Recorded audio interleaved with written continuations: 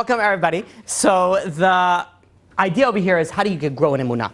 So last class we talked about how to go and how to build your Emunah by knowing that there is a God. Step number 2, we're going to deal with 7 criteria. But in order to understand the 7 criteria, I have to give you an introduction. In fact, this introduction is so important that if you want to work at Emunah, this is the one sefer that I would tell you to focus on. The sefer is the Chavot HaLevavot. The Chavot HaLevavot was written by Rabbeinu Bachya, who was written roughly about 1,000 years ago. And this sefer was originally written in Arabic. And the reason why it was written in Arabic is because the majority of the population was speaking Arabic at that time. Rabbeinu Bachya lived in Spain, and he was a dayan, he was a judge over there. And after he died, I'm assuming it was after he died. It's a little bit of gray of the details of when all these details came into play. But a little bit after he died, there was a rabbi by the name of Rabbi Yehuda ben Ibn Tibon who went and translated from Arabic into Hebrew.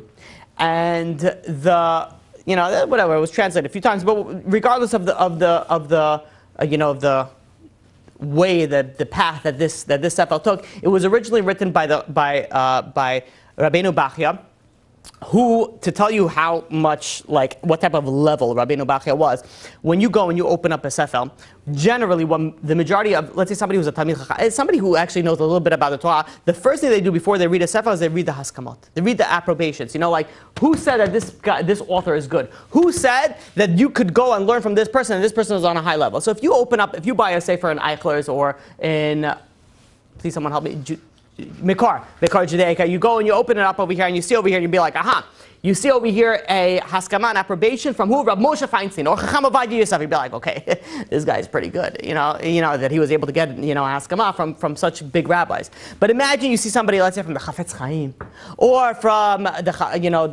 you could go back to, the Chazon Ish, or you could even say the Ben Ish Chai.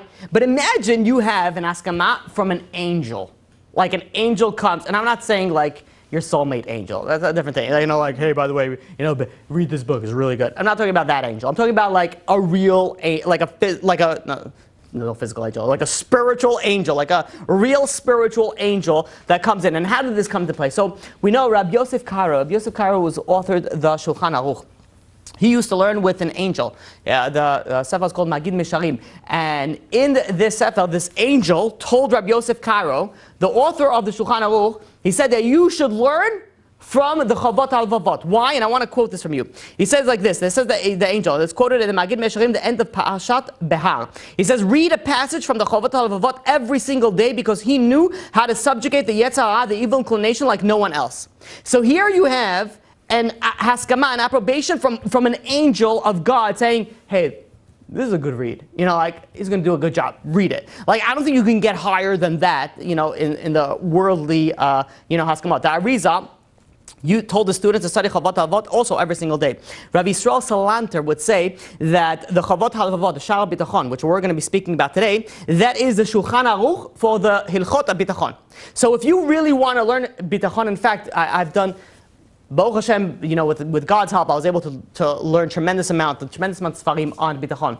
I cannot tell you how many sources all go back to this source, to quote the Chavot HaLevavot. Everybody goes back to the Chavot HaLevavot. So what we're going to be speaking about tonight is the Chavot HaLevavot, where he brings down 7 prerequisites, or 7 criteria, or 7 steps that you need to build Bitachon, Emunah Bitachon. Now, some of the things are going to be easy for you, some things are going to be difficult for you. It doesn't mean that you should just drop it if it's going to be difficult. You focus whatever it is that you can. If you can do all, the more the better. So imagine the mashal goes like this, that there was once a person that was walking on the seashore and he noticed things that were shining from the sand. And he comes in, he looks closer, and he sees that they're diamonds. They're like jewels and diamonds, expensive jewels and diamonds. Is this person going to be like, well, I don't have any knapsack, I don't have any bag, I don't have anything to carry with it. Am I going to just leave it and just go and forget about it? Or is he going to grab whatever he can? He's going to make his shirt into a bag. He's going to make whatever it is that he could do, he will grab. He'll fill up his pockets to the max. He will carry it. He'll put it even in his mouth. It doesn't matter. Forget about, people that are, what are those people that germaphobes, right? They forget, just gonna insert it in every way possible that just that he could carry another diamond, another jewel. The same thing is with Emunah Bitachon. Whatever it is that you could take away from this class, take it and run with it. Whatever it is that you can't, work on it. But doesn't mean that if you can't take the whole package, doesn't mean just leave it. Take whatever you can, just like this person sitting on the, on the seabed. He's going to go and he's going to try to take whatever it is that he can. So let's go through these 7 steps. Some of these steps we're going to go into more details, and other ones we're going to go into less detail. Step number 1 is that God has compassion, pity, and love. Now, when a person goes, and when a person, the focus over here is, I'm going to tell you a bunch of some of them are going to be character traits, some of these are going to be a bit, a little bit of different. The more that you focus on it, the more that you do. It's not enough that I just tell you this and be like, okay, yeah, that makes sense. You have to internalize it. You have to really bring it in. So when the step number 1 is God has compassion, pity, and love. Now, what does this mean? So imagine somebody. We're going to say you, but it's not you because I know whatever. It's somebody that you know, right? He gets or she gets captured by the enemy, and that person's going to get tortured. Not you, because God forbid. But somebody else that looks exactly like you, has the same name as you, whatever, birthday, you know what I'm talking about. So they're going to get tortured. But the torturer says, you have an option of slow down. You have an option of choosing your own torturer. Behind door number 1, there's a curtain goes up, everyone claps, and out walks out a guy with, roughly about, 6'14", 400 pounds, muscles in places that you didn't know existed, tattoos in places that shouldn't exist, and he's got those teardrop tattoos. Whoever knows what I'm talking about. Welcome to the ghetto. Yeah, he's got like a few teardrops. His name is Ivan.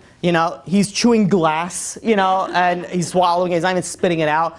And they were like, behind contestant number 1 is Ivan the Terrible. And in walks Ivan. He's like chewing glass. He's looking at you, and he does this. He goes, and then he coughs out some blood, and then he snorts it back through his nose. Whatever. It's like stuff that's going on. Like he's a real deal. He's like Vladimir Putin's secret man. So that's behind door. Then door number 2 opens up, and out walks a 4'11", English British woman drinking her English tea. The English tea, with the milk inside it.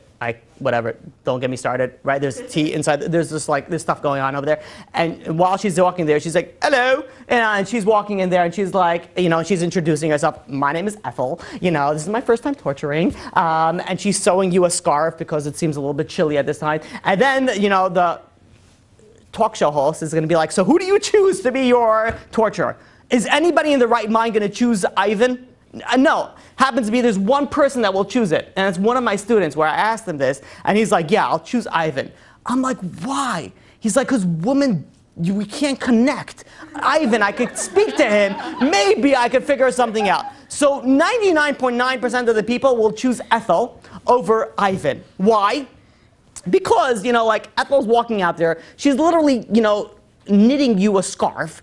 She's drinking her English tea with her pinky out, must I add. It's very important. Her pinky, she's like, she's like, is everything okay? How you doing? Here's a biscuit. What can I do for you? She has compassion. She has mercy. She's like, okay, if she's going to torture me, so what is it going to be? I'm probably going to have to listen to some classical music and listen to her about her grandsons. Whatever it is that I'm going to have to do. But if Ivan tortures me, then forget about it. Who knows what's going to happen? So you choose based on who's going to be more compassionate, who's going to have more mercy. Now imagine door number 4 opens up, and out walks your father. Did I say door number 4? Door number 3. I skipped. Door number 3. Door number 4. Door number 3 is a mystery. All right. Door number 4, that walks out, and in walks your father. Now, who are you going to choose? Ethel. Ivan is out of the picture. Is it going to be Ethel or is it going to be your father? Now, let's say your relationship with your father isn't the best. Door number 3, surprise, right? Out walks your mother. So who are you going to choose? Even Ethel, which is so sweet and so nice, but you don't know, maybe she's, she's got some stuff going on. Maybe, she's nice outside, but as soon as the makeup comes off, all of a sudden, there's a tarantula that comes out. So who knows what, so you're going to choose whoever's going to be more merciful for you. God is more merciful than Ivan. Obviously. More merciful than Ethel, very known. Your father, your mother, everybody combined, God has more rachmanut than all of them put together. This is what it means when God is compassionate, God has mercy. Now, not only that, God also has love. What does love mean? Think about who is the person that loves you most. Let's rephrase that. Who do you love the most in the world? Now, imagine you figure, so any parent usually would say a child. But whatever it is, whatever your situation, imagine who you love in the most. And what would you do for that child or for that person that you love the most? You would never let somebody hurt them. You'd rather take the pain upon yourself. Now, to that extent, that how much you love this person, God loves you more than you love that person. So when the Chavot HaLevavot says that God has compassion, pity, and love, that means not to a level that we can even begin to understand. God has a level, so when you're going and you're internalizing step number one is that God loves you, that God cares about you, that God has compassion for you, that God has mercy for you. You have to internalize this. You have to think about it. To what level does God actually love me and care about me and has mercy for me? That's step number one. Step number one, think and internalize about how much God has compassion, pity, and love for you. Step number two, says the Chavot HaLevavot, besides God loving you, God is not forgetful or lazy. It's very interesting. Like when I was learning the Chavot HaLevavot, I was thinking, you know what? It's so interesting, the things that the Chavot HaLevavot point out. Because what would you even bring, lazy? It wouldn't even be, but it's so true. Because the Ramban, Nachmanides, brings down in Parashat Bo, that says something very interesting. That if somebody, one of the fundamental principles of Judaism is that God is aware of every last detail of our life. Now, if someone would say, okay, this is so insignificant, it doesn't even count, God doesn't even care, it's nothing, that is a denial of the Torah, says the Ramban. So the God is so, what's the right word? Not meticulous, not oversees every little detail. No, I'm talking about just so particular on every single detail in your life that nothing is considered insignificant. And if you say something is insignificant, that is a very, very big problem. There's nothing that is considered insignificant to God. Not only that there is a commandment that God, every blade of grass, to tell you how particular, maybe that's the word I'm looking at, how particular God is on the creation, every single blade of grass has a separate command to grow. That's how particular, we can't even understand it. Why? Because we think of things like human beings. How do human beings, we only have a certain limited scope that our brain can function.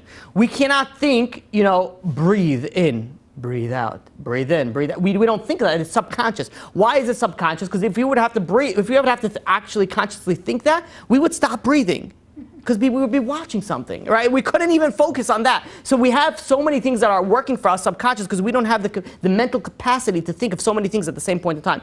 God has such, beyond our comprehension, that every single blade of grass has a separate commandment to grow that is given by God.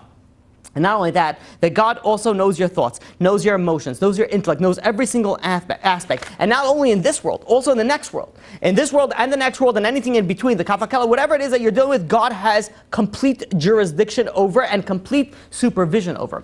Now, there are many people, let's say they go into business and they think the business is not successful, maybe they have to go to a different business, and the real reason has nothing to do with the business. At the end of the day, if you're supposed to make money, then you will make money. If you're not supposed to make money, it's irrelevant what the business is. And I forgot what it was. I came across an article. I forgot the name of the person. I came across an article over the richest people in every state. And one of the states, it may have been Iowa or something, was what was his name? I don't know. I probably should have done better research on this. Quicken Loans. Quicken Loans is a mortgage company. And he's one of the richest people he is the richest person in the state. And what's very interesting is that you look at it's a mortgage company.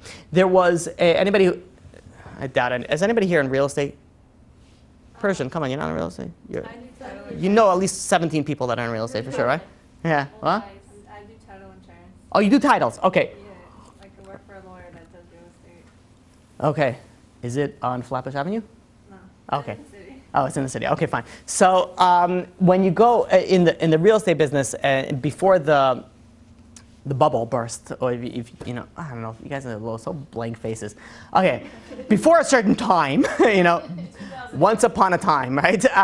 There was a time when people got mortgages. Right? Everybody got mortgages, and everybody was making a lot of money. And then all of a sudden, people stopped getting mortgages because people were defaulting on the mortgages, and thing was going just like down. And it was whatever it was. It was the you know, the real estate bubble sort of burst, and you had a lot of mortgage companies that popped up because at one point, everybody who worked in mortgages were making a ton of money because, like, anybody they called, hey, you want to buy a house? Yeah, let's buy a house. You didn't have to put as much money down. You were able to buy a house, and people were getting over the head. Eventually, people defaulted on the mortgage, and the bubble burst. But you had everybody was popping up businesses everywhere on mortgage companies, and people were making a killing. People were making it was crazy how much money people were making. And then you had all, you know, the bubble burst, and then people stopped making the money, and you know, businesses started closing down. And people were thinking, how do people think? Had I got into the mortgage business at the right time, then I would have made money. But now that I got into it late, or maybe now that I got into whatever it is that people calculate, they say, okay, I didn't make, it has nothing to do with that. If you're supposed to make money, you'll make money. This person, you know, created his business, you know, X amount of years ago, and he was supposed to make money, and he made money. Now, I like to explain like this, my own interpretation. It's not the business that makes the money, it's the person that makes the money. But it's not really the person that makes the money, it's God who tells you that this person is going to make money. And the way that I explain it is, let's say you take you know, a wealthy person. Let's say you take Mark Zuckerberg, whatever it is, any wealthy person, Jeff Bezos, Bill Gates, whoever it is that you know in your circle. You take that person, let's say he wouldn't have opened up Facebook, Microsoft, or, you know, Google or whatnot. You know, let's say he wouldn't have opened Amazon. Would he have still been made that money? Now, depends how you think. If you think with Emunah, Bitachon, meaning that this person was supposed to make this money either way. If it wasn't Amazon, it would have been something else. If it wasn't Microsoft, it would have been something, because this person was supposed to make that money. Obviously, the shliach that God said it was through Microsoft, through Amazon, but at the end of the day, when a person is supposed to make money, a person is supposed to make money. It's not the business that makes money, and it's really the person, but it's not really the person, it's really God who said that the person should make money, and the business is sort of like the messenger in between. The concept over here is that when something is supposed to happen, it will happen. God will take care of it. God is not lazy. God doesn't, you know, God is supervising every single aspect of the creation to the T of where it's supposed to be. That's step number 2. Step number 3. Step number 3 is that God is strong and cannot be defeated. Nothing can be prevented if God wants something to happen. Now, if you go and you trust somebody that's weak, you'd be like, this God or this person can have compassion, can even not be lazy, but he doesn't have the ability to help me. So God not only has a compassion, pity, and mercy. God not only is not lazy, but God is also so powerful, so strong that nothing can stand in his way. Now, why is this so important? So let's try to think of, let's go back to our dear friends Ethel and Ivan. So if, let's say, you had to go through enemy, no, let's make it even better. Let's say you had to go through a jungle with lions and tigers and bears, oh my, like the whole shebang, like everybody. Everybody is going to be in this jungle, and you have to go with a partner. And you have to choose who your partner is going to be. So you could choose Ethel, right? You'll be very warm and you'll drink delicious tea. Or you could choose Ivan, you know, who chews glass for breakfast. Like, who do you want to choose? So there's something very interesting. Obviously, everyone's going to choose Ivan, you know, because, like, you know, whatever, you know, like, I'll just stand on his shoulders and nobody could get me. But when you think about it, so for one aspect, you choose Ethel. For another aspect, you choose Ivan. So, like, what is it going to be? I'm just, like, thinking right now, imagine somebody just, like, cuts my class just at this area. Like, Ethel and Ivan. Like, who is Ethel and Ivan, and why do we have to choose them? So, but imagine this concept over here. Look how beautiful this works. So, when it comes to compassion and mercy, you rather choose Ethel. When it comes to power and strength, you rather choose Ivan. There's so many different things that it's sort of, when you look at life itself, it's sort of contradicting.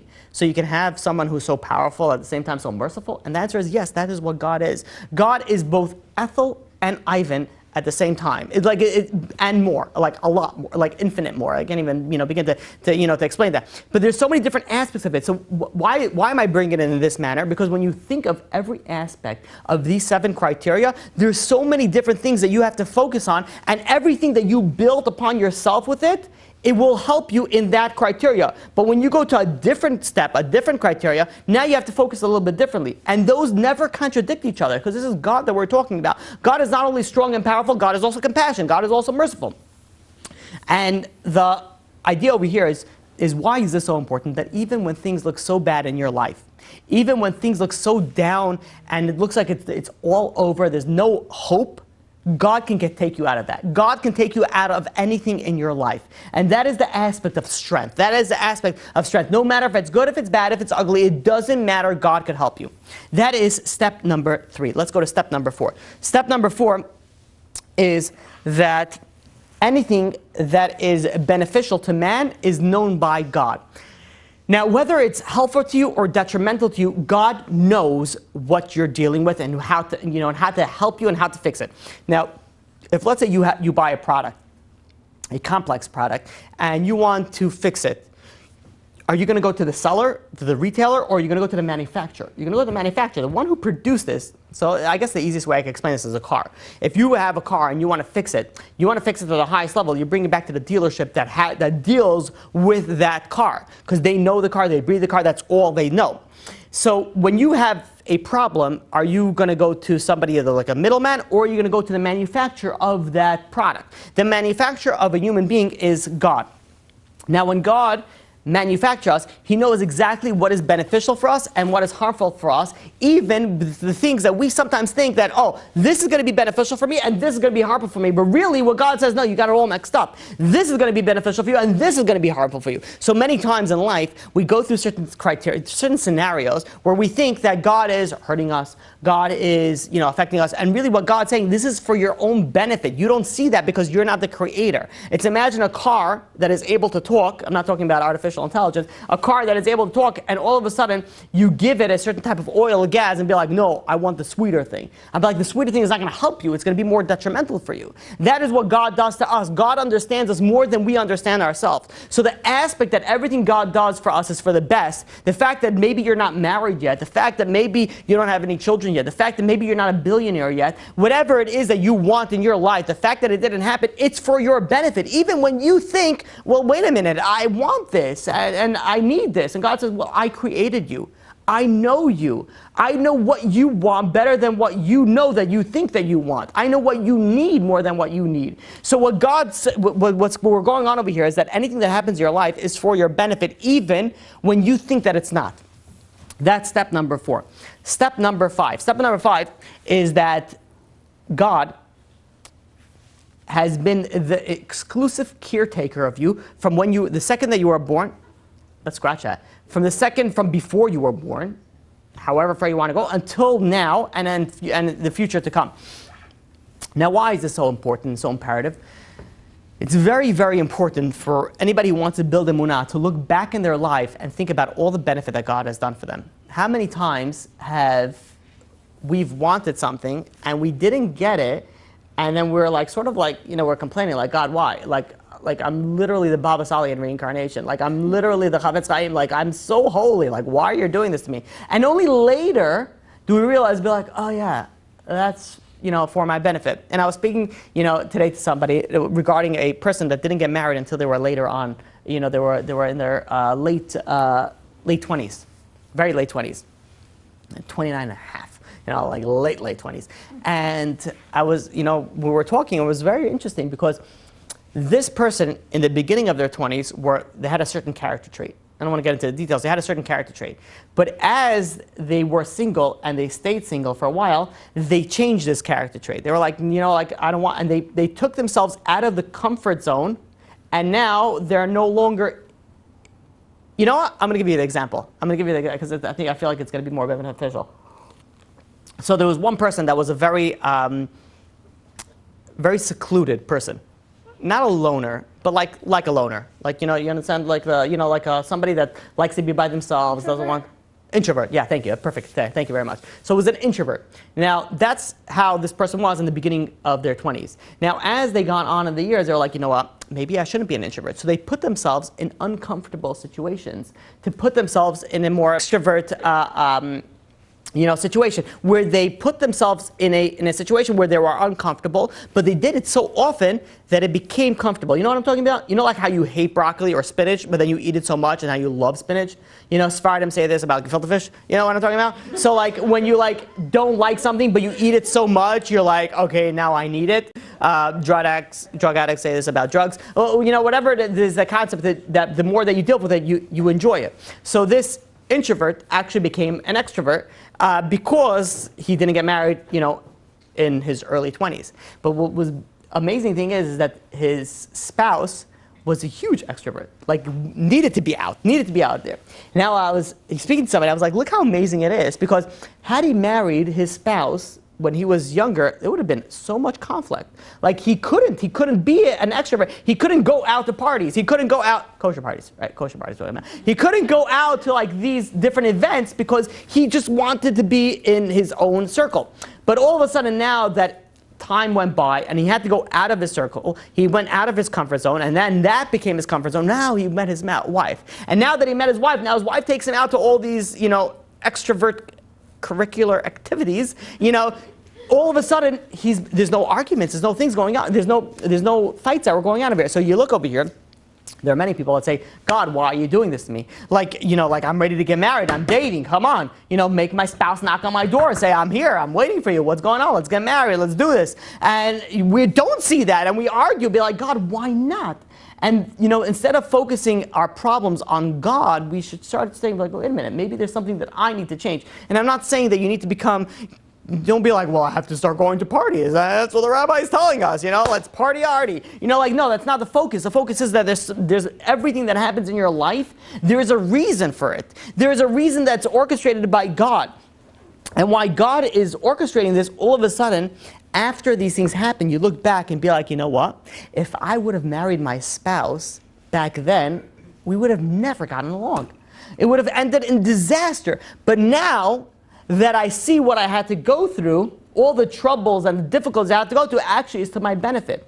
Now this is the important aspect of this, that God is with you from the beginning till the end. Now when you focus on all the good that God has done for you in the beginning, all of a sudden you could be like, wait a minute, like God was with me so much and He's been helping me non-stop since the beginning. Of course I could trust Him that He's going to help me continuing on. So the aspect of number 5 is that God is the exclusive caretaker of you from the beginning to the end. Now, in this number 5, we have to take a little bit of a detour. That, there's a pasuk in Tehillim, chapter 121, verse 4.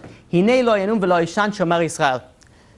God does not sleep. God sees everything. And I deal a lot with secular people or people that are not fully religious. And some of them, it really amazes me on how much Emunah and Bitachon they have. Like some of them have more Emunah and Bitachon than religious people. You have religious people that from the top to the bottom, inside and out, they're really religious. But then they have, questions and whatever it is. I'm not judging anybody, rightfully so, for whatever questions they have. Then you have somebody who is religious level at 0.1. Like that's a religious level. But they're like, I know God has a better plan for me. I know they have this like crazy Emunah and Bitachon. And what always bothers me is this aspect. Like, what does Emunah mean? Emunah means that God oversees every aspect of your life. Meaning that everything that happens, whether it's good or whether it's bad, God oversees it. So if God is overseeing the good and the bad of your life that's happening, God, this is part 2, which people sometimes forget, is that God also sees everything that you do, good or bad. So just like somebody who goes, I have Emunah Bitachon, that God, everything that God does for me is for the best, just like God sees everything, God sees everything. That's part 2 of that. God sees, meaning that everything that you do in your life, God sees. Now, how important this is that the pasuk in Tehillim, chapter 94, verse 11 says, Hashem yodea machshavot adam. God knows your thoughts. How scary that is. Imagine somebody comes out with an invention that you could read your thoughts. Forget about it. People are not going to leave their houses. It's just like an app. Imagine that. They have an app.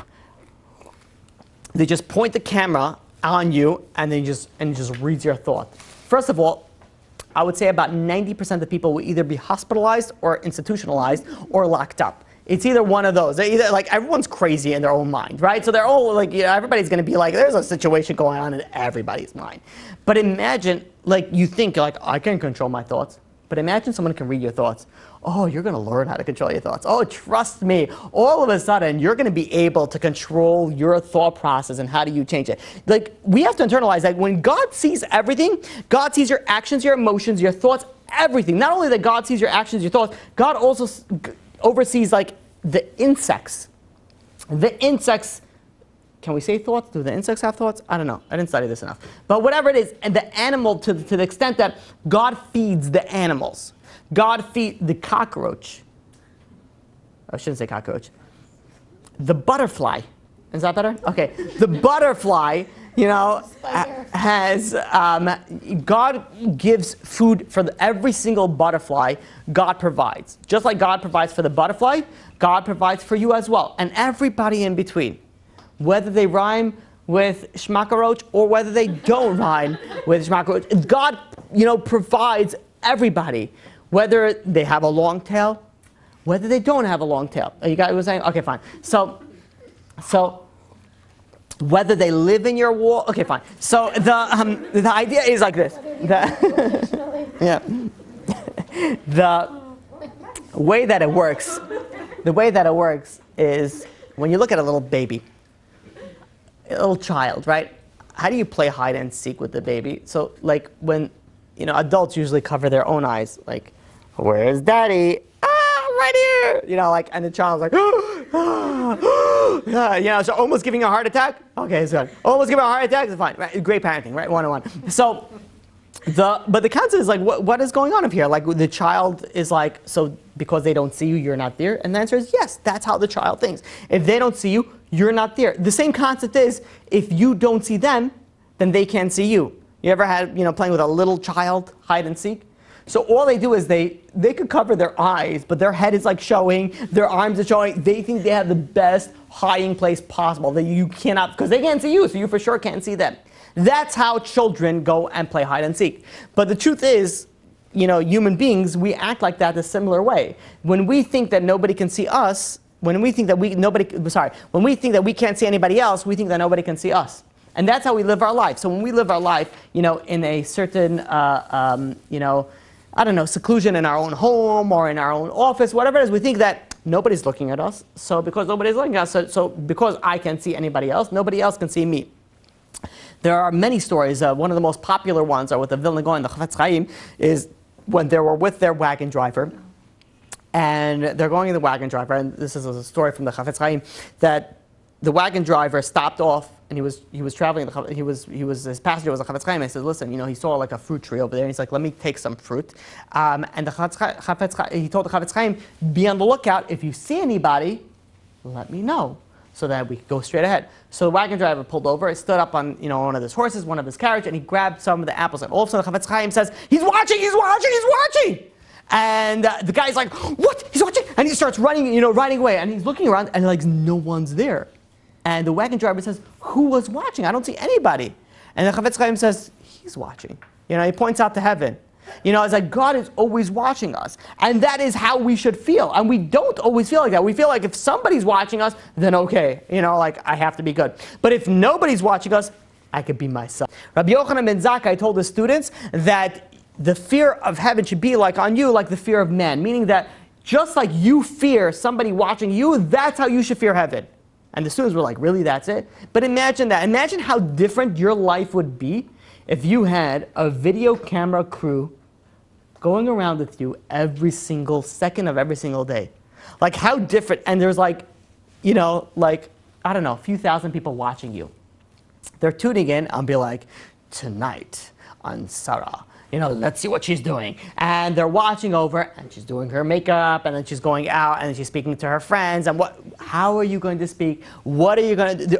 So many things are going to change. No, like not so many things.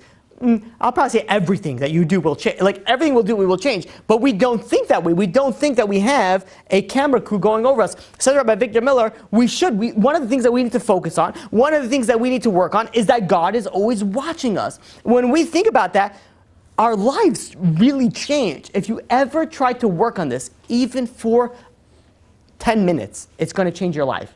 It's going to change. And if you get this out of tonight's class, then it was worth it for me to come here, and for you to come here also, and for the video. Okay, whatever. So it was worth it to come here because think about it. Tonight, try to focus that God is watching you.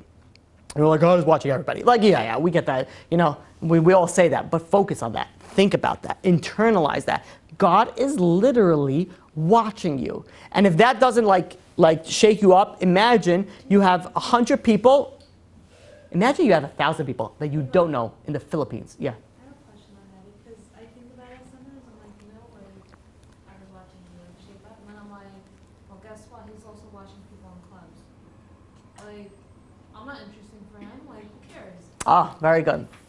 So the concept over here is that, you know, there are people that sell drugs to children. Let's take it up a step a notch, right? You know, clubs is one thing, but like selling drugs to children is another thing, right? So okay, fine. So like, because I am not doing maybe what I'm supposed to, but Julio over here, you know, is selling ecstasy to, you know, children or whatever it is. He's selling drugs to children. So like God is going to care about me, and this is what the Ramban brings down, that yeah, God focuses on every single aspect of it, and just because A is doing something wrong, that has nothing to do with you. Like at the same point in time, when we think, you know, when we look at it, imagine we see 10 screens, right? And each screen is a different person. So in screen number 1 is a person spacing out. Screen number 2 is, you know, I don't know, a person blowing their nose. Screen number 3 is a person reading Harry Potter. Screen number 4 is a person watching a movie. Screen number 5 is a person smoking drugs. Screen number 6 is a person dealing drugs. Screen number 7 is a person creating drugs. Screen number 8 is a person killing a person who's creating drugs. Screen number 9, okay, whatever, you can go on, you get the point, right? You know, like, and it gets worse as it goes on. So, as human beings, who do we focus on? Be like, okay, forget about these people. Like, that's nothing. Let's focus on, you know, like this situation going on. These are the big fish. We got to catch. But God doesn't work. That's how human being thinks. But God doesn't work that. God sees 100% of this, 100% of this, 100% of this, 100% of this, 100% of this. Everything, God focused 100% on you. So just because somebody else is doing something bad, just because somebody else is not up to par to what you're doing, and maybe you have, that doesn't matter. God judges you not compared to your friend, not compared to your neighbor or your sister or your brother or your spouse. God judges you compared to you, of what your potential is. So when we're looking, you know, what we're doing in our lives, we have to focus on, okay, but wait a minute, this is what we're doing. And forget about what everybody else is doing. Is God going to say something against what I'm doing right? Is there a problem with what I'm doing? And God is judging me to what I am doing. To the extent of this is that we're judged based on our potential of what we could accomplish, not of what our neighbors could accomplish. So you have somebody else that he could accomplish creating organizations, or she could accomplish creating organizations and whatnot. And maybe for us, we can't accomplish creating organizations, but we could accomplish, you know, X, Y, and Z. We're judged for not doing X, Y, and Z. That's what we're focused on. So it's irrelevant what anybody else happens, how bad the world is. We're judged for who we are as we are, for what we could be. Make sense? Yeah? Okay. As individuals, exactly. So, says Rabbi Victor Miller, this is something that we have to focus on. And it says Rabbi Victor Miller, a person can't say, well, I don't feel it. You know, like, I don't feel God. You know, like I'm not, you know, like I'm not feeling good. I have this I can't tell you how many times I have this type of conversations with people where they're like, yeah, well, I know God exists, but like, you know, there's always like a long sigh, and I feel like there should be like a pill taking at the end of that sigh. Like that's how long. It's like, you know, and then they take out an harmonica and be like, so blue, you know, everything is bad, you know, like, and it's like, and they're like, everything is just like terrible. But like when you're working on yourself, it doesn't matter that, you know, you tried and you failed. You know, like, okay, at least you tried, but the focus is that get up and try again. If you don't feel God watching you, so make yourself feel God watching you. It's just like if you're tired and lazy and it's time to do your taxes and you're like, oh, I just can't be bothered, right? Assuming you're from England and you come into America and you got a green card, whatever, everything's working, right? And you're going, I can't be bothered to do my taxes. And like the IRA is not going to be like, well, okay, you know, have a cup of tea and some biscuits, you know, might as well, you know, like, no, they're going to be like, I don't care, you owe us X amount of money. So just like this world works in a way, and it's sometimes they like push it, there's a deadline. We have a deadline also. It's expiration date in every single human being. It's not like milk, which is about 2 weeks from before you bought it, but it's also, you know, like where you are standing. Every single one of us has an expiration date, and we have a certain amount of time when we have to accomplish certain amount of character traits, certain amount of building and different criterias, and if we don't, then very scary, we're held liable for that. We're really held liable for that. So we have to work in it. And the concept is that God is not only watching us, that even if you go and you work for your money, and then you buy your food, and then you cook your food, and you do like everything. Obviously, I'm speaking to women, because men don't understand like what that means, cooking. Talking about. And you know, you go and you bring all that together. After all that, you say benching. You bench to God. What does that mean? You say thank you, God. Hazan et hakol. That God is the one that gave me the food, even though I worked for it. I plowed for it, assuming you're a farmer, and I did everything for it, and I did it, and I baked it, and I cooked it, and I did everything for it. At the end of the day, God did that also. God, you didn't do anything. God did that. You were just being like the puppet master. To tell you the exact detail, there was actually a few stories, brought down the same concept when there was a fire that broke out in a certain town, and a fire, so nowadays when you have a fire, so you have what is it called, a 4-alarm fire, 3-alarm fire, where there's like you need more than one fire station to come down. In the olden days, if a fire broke down, right, so basically half the town, like burnt down with it, because like the houses were made, very close to each other, things burnt down. There was two big, Hasidic rabbis who said, during that time, one of them said that there's not a shoelace, the word that he used was a shoelace, that is burnt superficial, superfluously. There's everything that's burnt to the exact. And another Hasidic Rab said that every splinter of wood is designated by God. This is going to burn and this is not going to burn. And we see this. If anybody looked at pictures of post-fires, it's usually on like Yeshiva World or like things like that. Be like, look, the entire house burnt down. But the shas never burnt down. And the mishpacha didn't burn down. Must be, you have to buy the shas and the mishpacha. Whatever it is, right? Today's class is brought to you by the mishpacha. Okay, so the sponsorship is available. Okay, so the idea is over here is that we see that there's sometimes that there's entire surroundings that's burned down, but one section is not burned down. And the reason is because God said, this splinter of wood, you know what a splinter is? Splinter is like when you... So we're learning on literally learning on a ping pong table right now. So when you're, moving your eyes, your hand through it, and there's a little tiny little splinter that comes out, and that what pokes you. The splinter is a small thing that gets under your skin. One of the most terrible pain that God ever created, right? The splinter, right? It goes under your skin, and you have to like dig it out. Like the difficult pains in life. So, first world power problems. So. That splinter, if it's going to get burnt or if it's not going to get burnt, is decreed by God. If it's supposed to burn in this fire, it's not. That's the oversight that God has on every single iota of your life. Says Rabbi Victor Miller. No one look at your watches, please. So, says Rabbi Victor Miller. We did until now. I know, right? That's why I don't know why I said that. So, says Rabbi Victor Miller. Okay, we'll go fast. We'll finish about 20 minutes. Okay, so now Rabbi Victor Miller says that there's a pasuk in Bereshit, chapter 15, verse 6. It says, "V'haemin ba'Hashem ve'yachshaveh lo letzedakah." So it's talking about Avraham Avinu. Avraham Avinu believed in God, and God considered to him to be a righteousness. What does it mean, says Rabbi Victor Miller, that he believed in Hashem and God considered it a righteousness? That a criteria to be righteous is that you have to believe in God. And then says Rabbi Victor Miller, says not a criteria, it's the criteria. The criteria to be righteous, to be a tzaddik or tzaddikah, is to have emunah. What does yirat shamayim, fear of heaven, mean? Says Rabbi Victor Miller. It means knowing that there is a God, knowing that everything. In fact, simplify it. Yirat shamayim means that there is emunah, that you have emunah. That's what yirat shamayim means. And says Rabbi Nachman of Breslov, and he goes and says like this: in the future, it says that the knowledge of God will increase throughout the entire world, and there's not going to be hunger. What is the concept over here? That a lot of people, when they reason that they don't do something, is the fear of getting caught. Because they fear that maybe when somebody goes and comes to a level of understanding that God oversees everything, then the fear of getting caught is not only going to be, whether somebody human is going to catch me or not, but whether if someone, if God is going to see me or not. And when someone comes to a realization that God oversees everything, then all of a sudden, then when you're going to go and you're going to deal on this level, then there's going to be no war, like in the days of Mashiach. There's not going to be any war. There's not going to be any famine. There's not going to be any problems. Why? Because there's going to be a level of knowledge of God that's spread out through the entire world. And in fact, the concept over here is that without emunah, people have very, very destructive, twisted ideologies. Very, very the easiest example that I could give you is Robin Hood.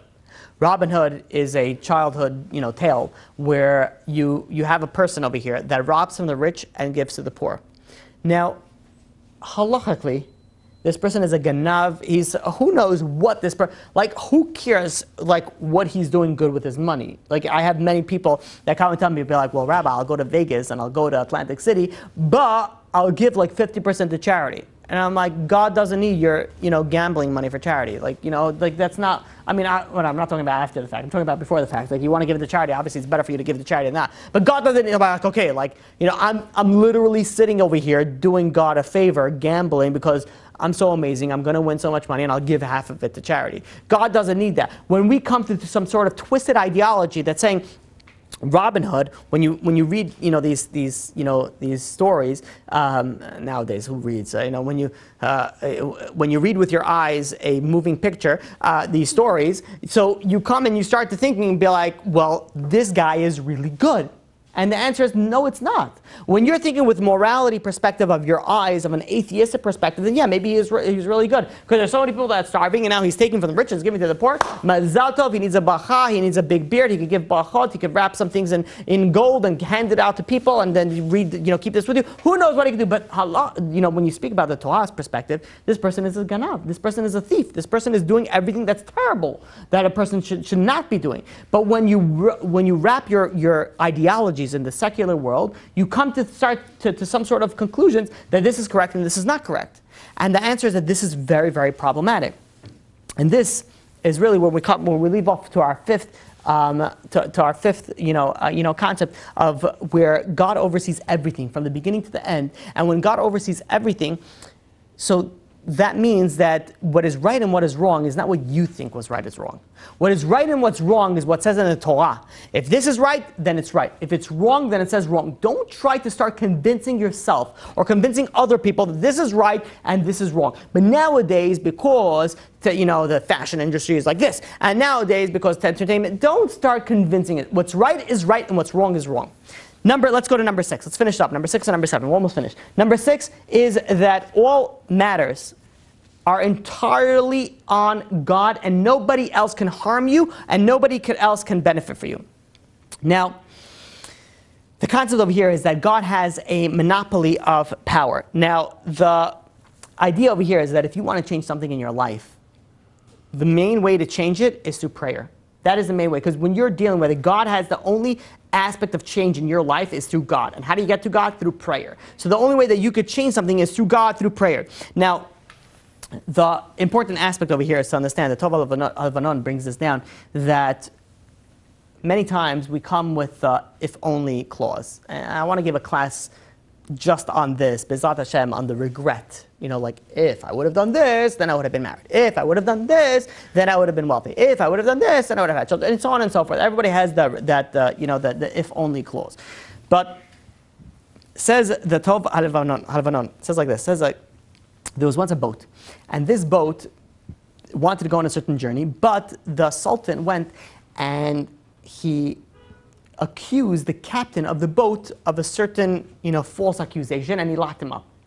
Now, because of that, the boat wasn't able to leave on its journey, and because it had to leave on its journey only after the captain was discharged, it was many months, and when the captain was actually discharged, there was a war that broke out.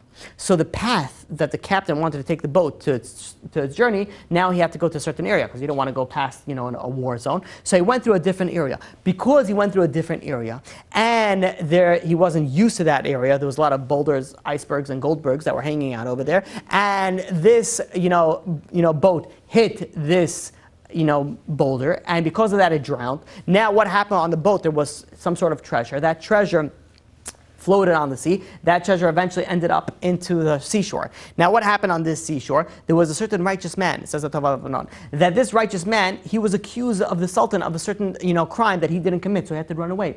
Where did he run away? He ran away to the seashore. What happened as he ran to the seashore? And what did he see? He saw a chest floating up. He opened the chest, he sees all this beautiful treasure that he just found. Says the Tov Alvanon, look at how many factors came into play over here. You have over here, number 1, you have over here the factor that the Sultan had to falsely accuse the captain. And not only that, he had to go and God created wars that the Sultan this captain had to go through a different path. And not only that, now the sailors and the captain put the gold in a case that could float. Look at that. You know, some ideas, some concept that you don't even begin to think. The fourth incident over here is that the sea current pushed it to the seashore. It could have pushed it the other way. Why did it push it to the seashore? The fifth one is that the Sultan accused the righteous man of doing something that he didn't do anything wrong, that he had to run away to the to the sea. And now in the sixth criteria is that it was put into the righteous man to go and look up and look into the sea and see this treasure. There were so many things happen. So it says God, it says the Torah, why did all this happen? It says it all happened because God wanted this righteous man to get money. So God created everything to happen in order for the final cause to be. So many times in life, we think that there's certain things that happen in our life, and we think this is what happened. We're just a stepping stone to the next step. We don't even realize what is going on in our lives. Only after 120, when we'll wake up and be like, oh yeah, that's why this happened, and that's why this happened, and that's what everything, everything plugs in so beautifully. The idea over here is when you think of a concept of, let's say a city was affected by a tsunami and the entire city drowned. And you think, okay, look at the city. It's so unfortunate that so many people died. And you think because, you know how you're being in the wrong place at the wrong time, in the right place at the right time, people think, because I was in the wrong place at the wrong time, that's why I got mugged. Because this, because that, who knows? Well, sometimes, yes, you get mugged. You shouldn't be in certain areas. That's true, like in certain scenarios. But assuming you are in your normal place and your normal time and God forbid something bad happens, we think that, if I would have been somewhere else, it doesn't work that way. God, think of it, the scenario like a tsunami where there's a major flood. God created everybody that needed to die in that flood to be in this city. So God orchestrated that this person finds it out that the schools are good over here, so they move out over here. This person found a good deal of a house, so they moved out over here. This person has to have a business over here, so they move out over here. So God orchestrated everybody to come to one area, and then swiped it out. It's not like, bad. There's no such thing as a wrong place at the wrong time or the right place. It's actually, there's always a right place at the right time. There's no such thing as a wrong place at the wrong time. I have to clarify that. I don't know if there's an every situation where you're in a club and you're like, I'm in the right place at the right time. Because okay, there's certain scenarios where it's the wrong place, you shouldn't be there. But in general, if you're following the Torah, then everything is the right place at the right time. And the idea over here is when you look at it, is we're all really puppets. And I remember quite a few years ago, I was in Italy, and there was is it called a puppet master? I don't know, a puppet master, right? So he had a bunch of puppets, like a bunch, like not just like two for his two hands. He had like a bunch of them. And they each had a character. It was a street performer. And it was something so, I've never seen this before. One was dancing, one was speaking. It was unbelievable. And when you're looking at the puppets, you're like, it's almost like they have their own life, their own personality. They're like, okay, this is, what's an Italian name? I don't know, whatever it is, right? Someone help me out over here. Giovanni. Tony sounds better, yeah. So you have here Giovanni, Tony, Nicole, I don't know, whatever, Nicolette, I don't know. Whatever it is, you have a bunch of little characters over here, and they each come to life. Because when you look at the puppets, they're like, he was so good. Like the arms were moving the right way, the legs were moving the right way. One of them was dancing so unbelievably, it was crazy. And you get mesmerized by the fact that but the funny thing is that it's not like a puppet master that he's hiding behind the thing. You see, it was in the street. He didn't have that much curtains, right? You see him moving it. You see him moving the puppets, and at the same point in time, you look at the puppets and they look so real. They look like they have their own personalities. They look like they have their own character traits. It looks like they have their own ideas, their own thoughts, their own names, their own person. But then you look up and you're like, wait a minute, God, this person is orchestrating everything. And that is what we are to God. God orchestrates everything. Everything is in the hand of God except for the fear of God. So we have everything that we do in our lives, so many things are already predestined for us, but there's certain things that are not, and that is our level of spirituality. That is a level of how we are going to grow. And that's why if you want to go and you want to change something in your life, the best way to change something, as the Pasuk says, if you go and you follow my decrees, if you follow my Torah, then everything will be good. If you don't follow my Torah, then what can I tell you? Unfortunately, bad things will happen. The idea over here that is very, very important is that when you look at your life and you look at the concept of how everything works out, everything is from God. And we have to go and internalize it. There's some people think that, and by the way, it's not always your fault. There's some people that say, there's some person that doesn't get married till the late 20s. But you want to know why? Because their spouse was 8 years younger. And when they started dating, that would have been illegal. And they would have been arrested. What can I tell you? Right? But now, so like, when they get 20 and now they're 28, so now things work out. So many times that we don't understand the full picture. And when we live our life knowing that we don't understand the full picture, and we know that there is a full picture, then all of a sudden, all right, it's fine. It's okay. It's okay with what we're dealing with. The Gemara on Tanin, page 18b, there were 2 Jewish prisoners that they were captured by Roman guards, and they were condemned to death. You know what they told the Roman guards? They said something like this. They said, if you don't kill us, God has many servants and many ways for messengers to kill us. They knew that they had a death penalty. You want to be the messengers that fight? You know what?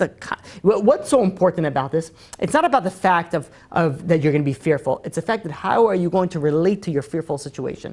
Are you going to go and you're going to start trying to go and speak to wealthy people and whatever it is, you have to do your shtadlut? Or are you going to start beseeching God for forgiveness and for help from the one that could actually provide you with with help? Says the Chazon Ish, it's very easy to have trust in God when it's easy. You know when it's difficult to have trust in God? You know when you have trust, when things get difficult. When things get hard in your life, that's how you know if you have trust in God or you do not have trust in God. After a person dies, there are 2 videos, there are two scenarios that a person will show, and you will get shown in heaven. One will be exactly the way that you live your life. Like this is how you live your life. Number 2 is going to be the abilities that you are able, the things that you are able to accomplish as you, not as anybody else. As you, that's what they're going to show you. And the sad thing is that we know that God is close to everybody who calls out to Him. God is there. God is waiting. God is waiting for you to say, God, please help me find a parking spot in Brooklyn. That's what God wants to hear. God, please don't let me get a speeding ticket by the red light camera. God is there for everything, for finding a parking spot and finding a shidduch and dealing with a bad marriage and helping for a troubled son. It doesn't matter what you're going through your life, God is there. And you know what the most difficult thing is after 120? Like they'll show you these 2 videos, and one video is what you lived your life, and the other video is what you could have done. I'll be like, yeah, well, I could have done, but it would have been very difficult. I would have been able to accomplish that. You know, the most difficult part is that that God will tell you, all you need to do was call out to me. God is close to whoever calls out to Him. All you needed to do is call out to God. And if you would have called out to God, God, please help me find my zivug. God, please help me X, Y, and Z. That's all that you needed to do to accomplish your potential. Imagine the suffering that a person has to go through after 120. All we need to do is wake up in our lives and realize what we have to do and how close we are to God. Let's finish up with the final aspect, and that's aspect number 7. Number 7, the 7th criteria, is that God is generous and kind. What does that mean, generous or kind? Many times we feel like, you know what, I just did a good deed, and that's why God is going to make me have, like I've got to have a good day, within a week, because I literally just done so much good. Or God is going to help me so much because X, Y, and Z that I did. When we look at what God does for us, it's because of Rachum v'Chanun. God is merciful. Nothing to do with what you deserve and what you earn. It has nothing, just like it could be your wicked, it could be your righteous, it doesn't matter in this aspect. God will give you what you need because God is merciful. And that's the 7th aspect. The 7th aspect is that God has kindness. God is giving you everything, not because you deserve it, because we don't deserve anything. Let's be honest, right? Let's take the therapy out of our heads for a second. We don't deserve anything. We really don't deserve anything. Everything that God has given to us is a gift. So when we think of that, then it doesn't matter whether we're righteous and because even if we're righteous, even if we're wicked, we don't deserve it regardless of the matter. So when we're focusing on the aspect of the kindness of God, that means that everything that God has done for us is pure out of mercy. And if you have this thought process that God is merciful, that God has this kindness, then it doesn't matter what I did. There are many people that come and they tell me they just did a huge sin. Like, I can't do anything righteous right now. God doesn't want me. God doesn't want to see me right now. God doesn't even want to, hear me talk right now. Like, I need to fix this right now. And the truth is, yes, you do need to fix it. But what does one thing have to do with another? Like, you did something bad, yes, so what does that have to stop you from doing something good right now? You have many people that, unfortunately, they fall in certain sins in their lives. And they fall, and they think, okay, because I wasn't modest today, so I can't pray. Why?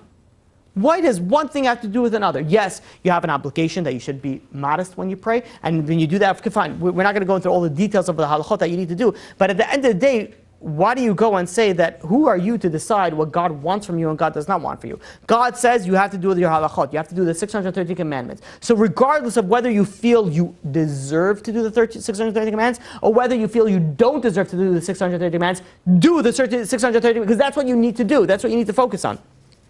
That's what the Pasuk in Tehillim says, chapter 145, verse 9. It says, Tov Hashem l'chol v'l'kol.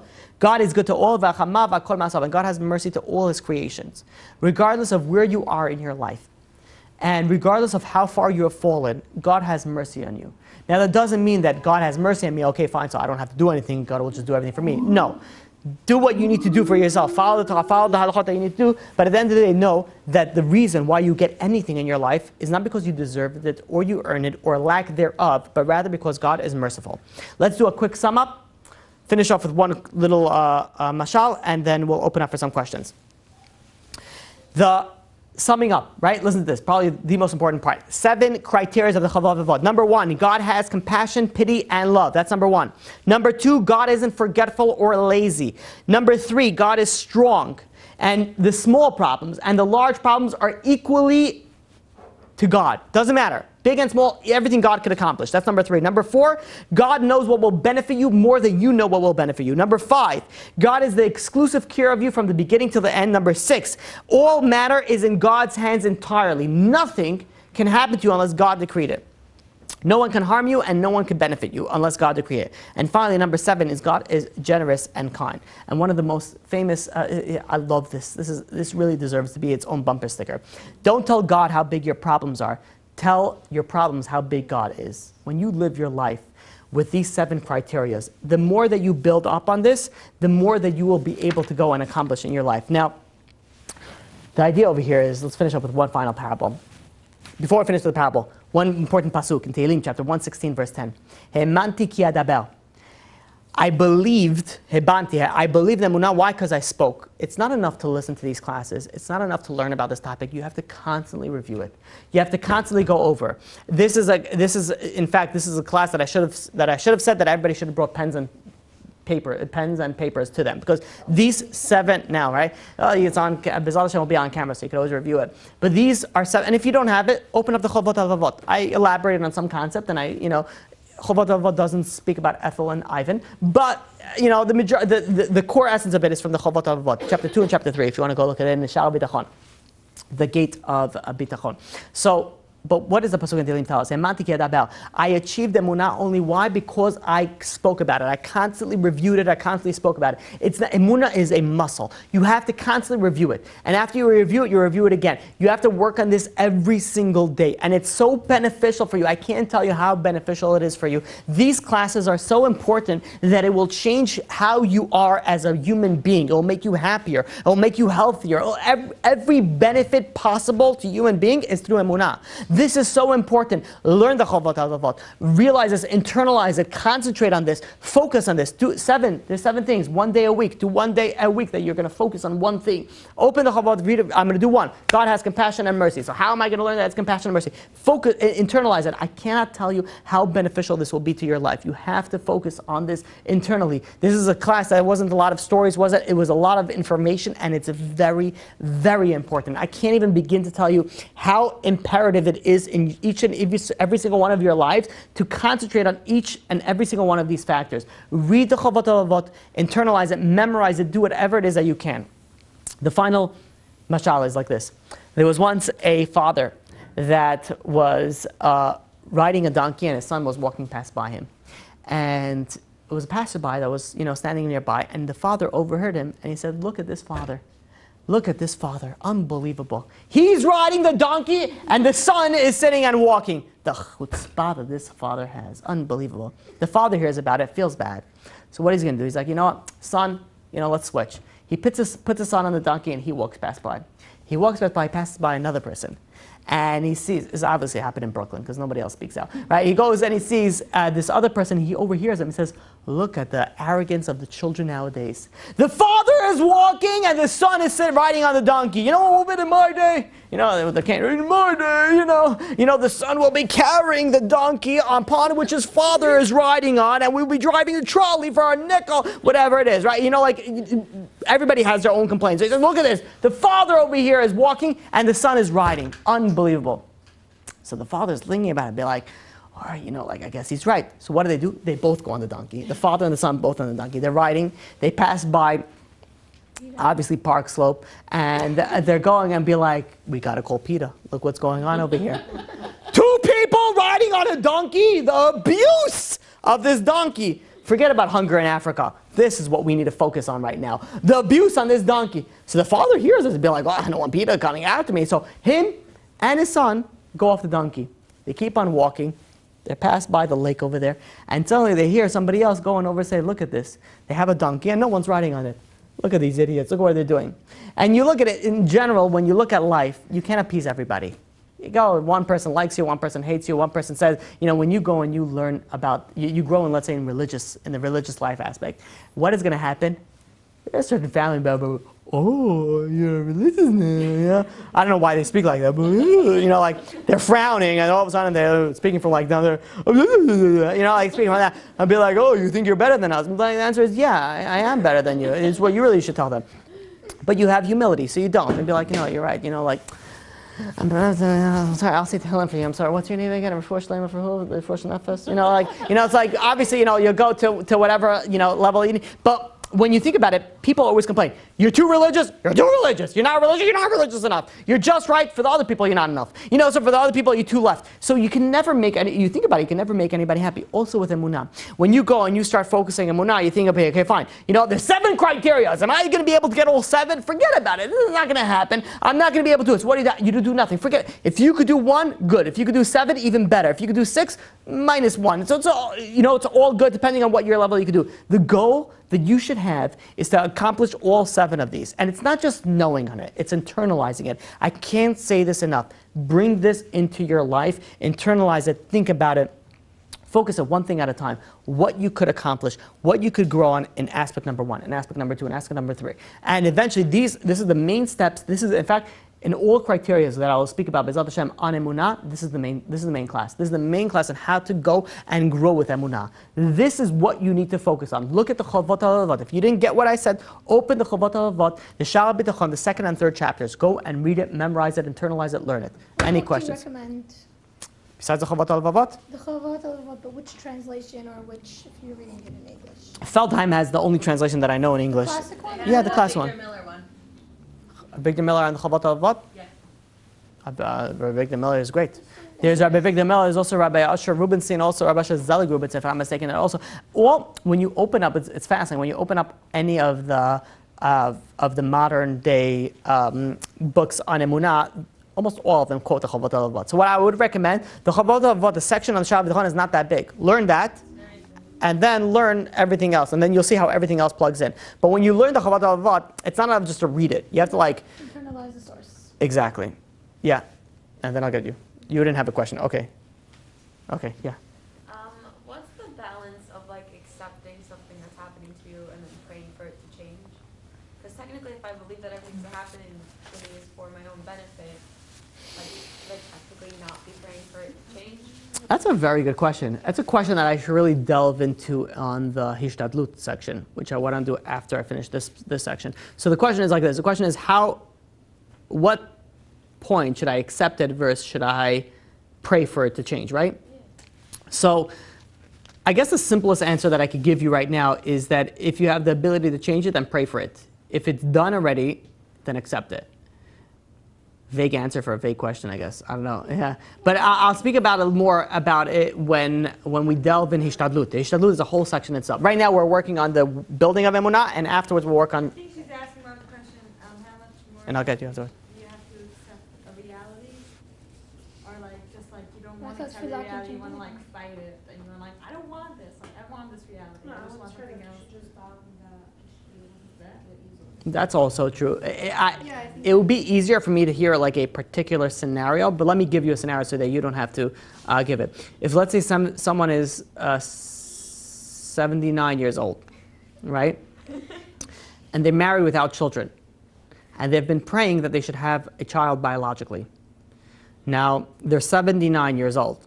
In human years, 79, I have to repeat that, right? 79 years old. They're 89 years old now, right? They just grew 10 years, right? They're 89, whatever it is, they're beyond the natural thing. So at that point in time, you accept it. But let's say you're in a time period in childbirthing where it's dangerous, maybe it's not, but it is still possible, then you should pray for it. But there's a reason why I said 79 and not 65 or 60 or 50 or something like that. Because there's a certain point where you just accept it. At the end of the day, God can make a miracle for whatever, for any criteria, but at a certain point in time, you have to go and accept it. But these type of scenarios, these type of questions really need a particular question to have a particular answer. There are certain times where you should accept it and move on, and there are certain times where you should continue davening, and you should not stop. In general, you should never stop davening, no matter how far-fetched it is. But if I'm believing that it's not the right time, if it's not Doesn't mean that you can't to daven. begin with, then why am I praying for it? So who said that sometimes there are many things in life that we don't get unless we pray for it? Unless we pray for it. So it doesn't mean just because God didn't give it to you yet, doesn't mean that you don't need to get it right now. It could be that you need to... For example, let's say you really want a job. So you pray for it, the job's not coming, you're not getting it, you're not getting it. So maybe that job's not good for me, why am I praying for it? You should never pray that you want a certain job. Never pray for something specific. So, but yeah. So, but... Right, but the idea is that if let's say you want what comes out of the job, so money, or so that you shouldn't, even if you didn't get money, or let's say someone prays for money, right? Very, very common thing, especially if in the men world, they focus a lot about praying for money.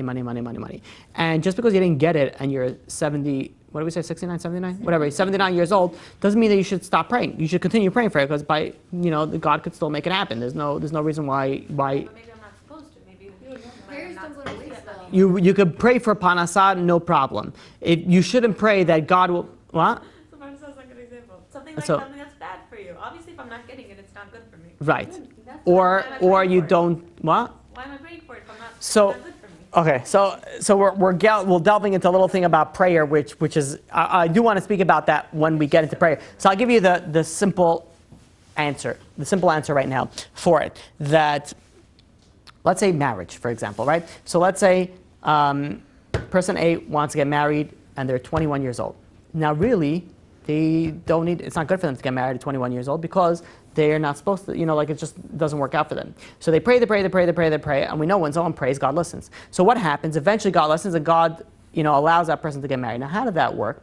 That works in the way that when you pray, you change who you are. You change who you are as a person. So now you're no longer just, the person that you are before the prayer. Now you are somebody else. Now that you're somebody else, says the Rambam, just like tshuva changes who you are, so does prayer change who you are. So when you change who you are, so beforehand, before the prayer, it wasn't beneficial for you. But now that you prayed so much, you changed who you are, you brought yourself to a different level, now you deserve to go and to get married. So it doesn't mean just because you don't get something, so it's very, very common to be like, if God knows what's good for me, and God is only giving me what's good for me, then why should I pray for anything? God is giving me only what's good for me. And the answer is that, yeah, God's giving me what's good for you right now, but prayer changes you. It changes who you are. When we pray not only for ourselves, we pray for everybody else. We're praying for everybody else to be healed. We're praying for everybody else to get panasah. So if we're praying for everybody else, so what happens is that we're changing who we are as a person. So before your prayer, you are a person that it was beneficial not for you to get married. But now you're a different person. So much so that the Rambam in the Chot Tshuva says that when you do tshuva,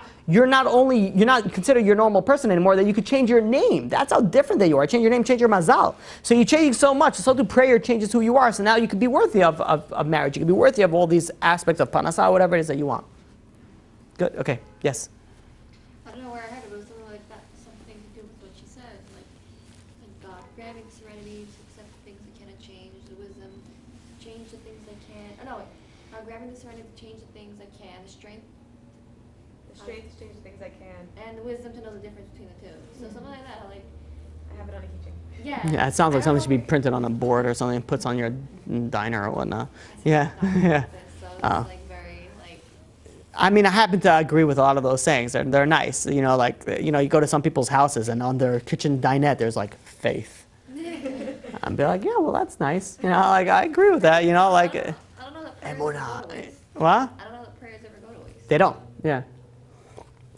They don't, and it's true. There's many different aspects that we can't comprehend. But just because we don't achieve our goals doesn't mean we give up our actions of what we do to try to achieve that. It's difficult. It is really difficult. You have somebody who is 69 years old or 79 years old. I don't know why I keep on forgetting the number that I keep on using, and they're not married yet, whatever it is. You can't give up. Somebody showed me, and I didn't read it, but someone showed it to me in one of my classes, that there was two 90-year-old people that just got married. High 90s, first time. Yeah, two 90-year-old people, right? It's got to be marital, no in-laws, right? So, or maybe, I don't know. So maybe that's why they waited. I don't know, but whatever it is, but you see, like, you never give up. You should never give up.